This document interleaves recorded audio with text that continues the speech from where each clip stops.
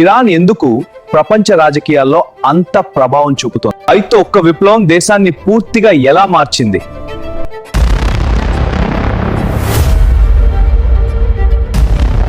Persia నుంచి Islamic republic వరకు రండి తెలుసుకుందాం అసలు కథ.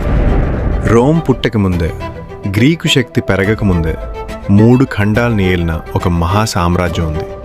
అదే పర్షియా.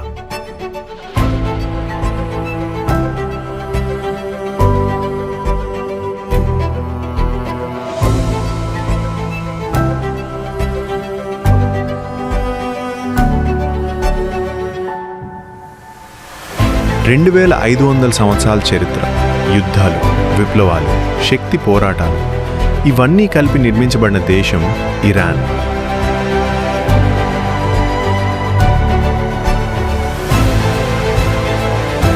క్రీస్తు పూర్వం 550లో సైరస్ ద గ్రేట్ అనే నాయకుడు అచేమెనిద్ సామ్రాజ్యాన్ని స్థాపించాడు. అతను కేవలం యోధుడు మాత్రమే కాదు, పరిపాలనలో ముందున్న దూరదృష్టి నాయకుడు. పర్షియా సామ్రాజ్యం ఆసియా, ఆఫ్రికా, యూరప్ ప్రాంతాలకు విస్తరించింది. అప్పటి ప్రపంచంలో ఇది మొదటి సూపర్ పవర్గా గుర్తింపు పొందింది.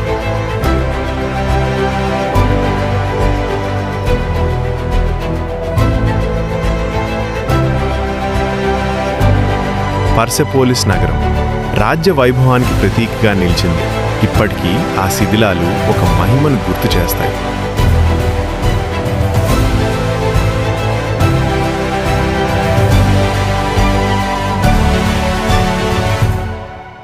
కాలం మారింది, సామ్రాజ్యాలు వచ్చాయి, పోయాయి.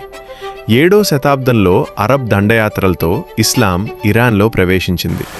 ముందుగా ఉన్న జెరోస్త్రియన్ మతంగా తగ్గింది. కానీ ఒక విషయం మాత్రం మారలేదు: పర్షియన్ సంస్కృతి, భాష, కవిత్వం, కళలు. ఇస్లామిక్ ప్రపంచంలో కూడా పర్షియా ప్రత్యేక గుర్తింపు పొందింది.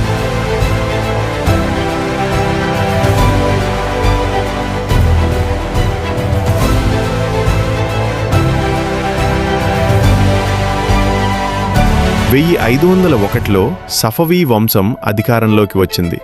షియా ఇస్లాంను అధికారిక మతంగా ప్రకటించింది. ఈ నిర్ణయం ఇరాన్ను మిగతా సున్నీ దేశాల నుంచి వేరు చేసింది.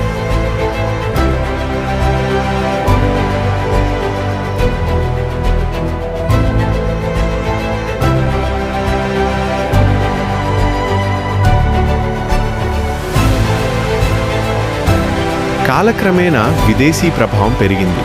20వ శతాబ్దంలో షా మహమ్మద్ రేజా పహ్లవి దేశాన్ని పాశ్చాత్య శైలిలో ఆధునీకరించడానికి ప్రయత్నించాడు.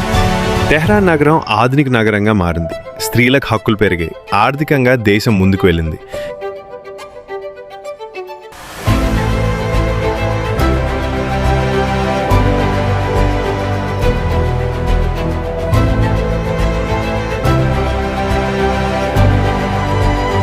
కానీ ప్రజల్లో అసంతృప్తి పెరుగుతూ వచ్చింది.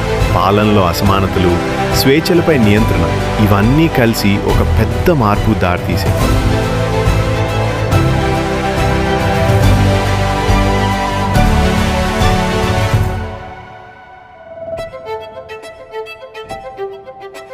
వెయ్యి 979 సంవత్సరం ఇరాన్ చరిత్రలో అత్యంత కీలక ఘట్టం.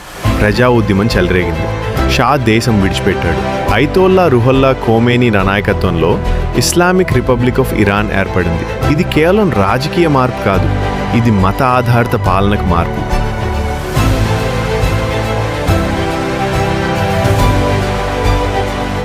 విప్లవం తర్వాత ఇరాన్ ప్రపంచ రాజకీయాల్లో కొత్త పాత్ర పోషించడం ప్రారంభించింది. మధ్యప్రాచ్యంలో కీలక శక్తిగా ఎదిగింది. అణు ప్రోగ్రాం కారణంగా ప్రపంచ దృష్టిని ఆకర్షించింది.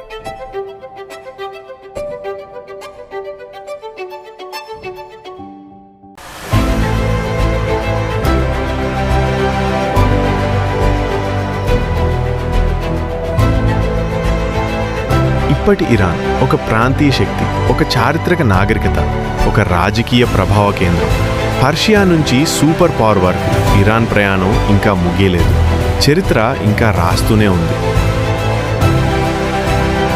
ఇరాన్ భవిష్యత్ ఎలా ఉండబోతోంది? ప్రపంచ రాజకీయాల్లో దాని పాత్ర ఎంత పెరుగుతుంది? కాలమే సమాధానం చెప్పాలి. ఇది పర్షియా నుంచి ఆధునిక ఇరాన్ వరకు ఒక మహా నాగరికత కథ. చూసారు కదా, మరి దీనిపైన మీ అభిప్రాయం ఏంటో కామెంట్ చేయండి. వీడియో నచ్చితే లైక్ చేసి షేర్ చేయండి. ఇలాంటి ఆసక్తికరమైన కంటెంట్ కోసం మన ఛానల్ను వెంటనే సబ్స్క్రైబ్ చేయండి. Bye bye.